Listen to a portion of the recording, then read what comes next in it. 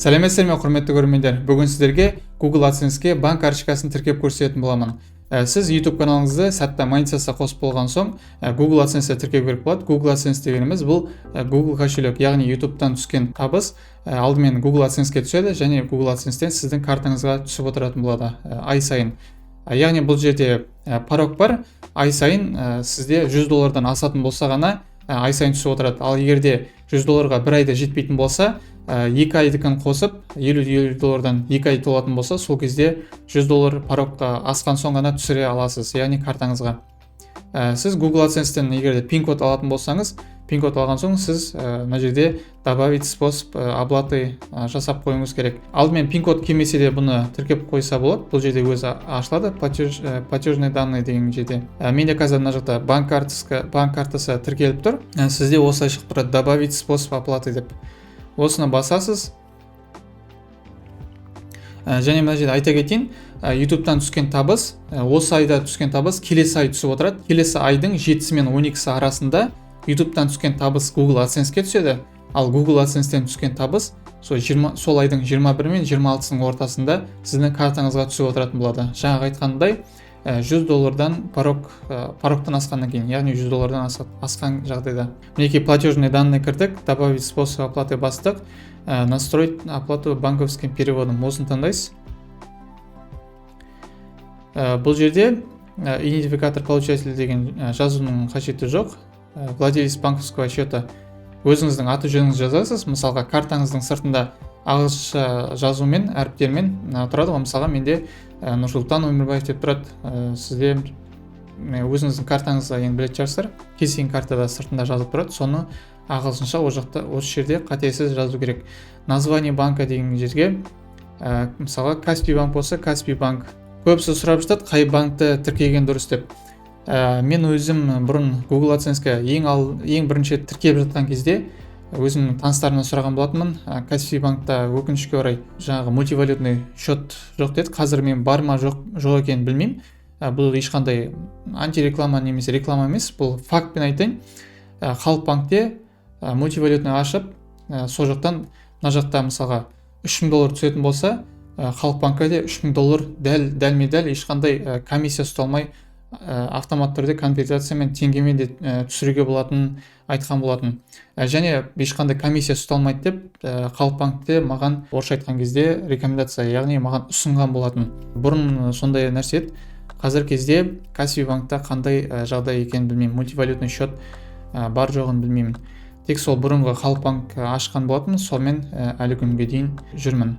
Негізі банктың осылай жазсаңыз болады, кейбіреулері осылай жазып жүреді, Каспий банк JCK деп. Егер де Халық банк болатын болса, Халық банк деп қоясыз.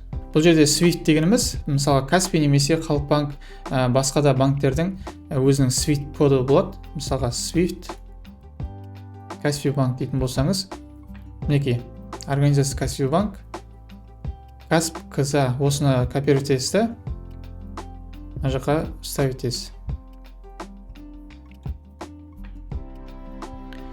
Ал егерде Халық банк болатын болса, сізде Халық банктың Swift-ті мінекей HSBK дәл осыны копировать етіп, мына жаққа вставить ететін боласыз. Мінекей дәл осы жерге.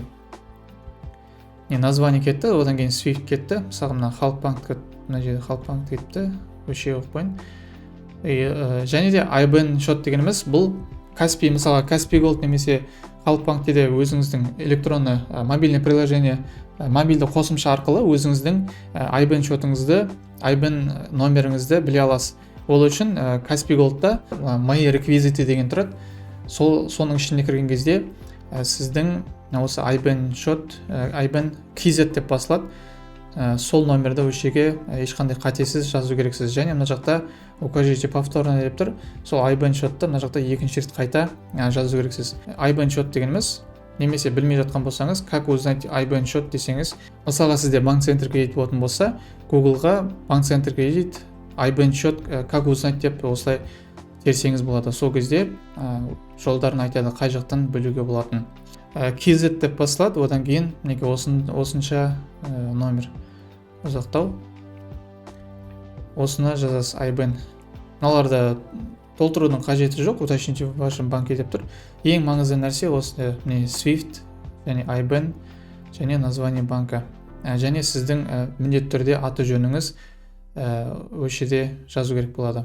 Сіз мына жақта екі счет оплаты, яғни екі картаны тіркеп қойсаңыз да болады. Ең бірінші основной сіз негізгі картаңызға түсіп отыратын болады. Ал егер де бір банк картаңызда проблема болатын болса, ол жаққа түсуге мүмкіншілік болмай жатқан болса, YouTube деген автоматты түрде сіздің екінші картаңызға түсіріп жіберетін болады. Және мына жақта установить в качестве основного способа оплаты деп белгілеп қоясыз, және мына жақта сохранить дегенді басатын боласыз. Және де қандай картаны ашу керек дейтін болсаңыздар, міндетті түрде мультивалютный ашқан дұрыс. Себебі жай счеттарда ол жақта конвертация үшін комиссия ұстап қалуы мүмкін. Ал мультивалютный дегеніміз сізде 3 счет болатын болады. Біреу теңге, біреу евро және доллар.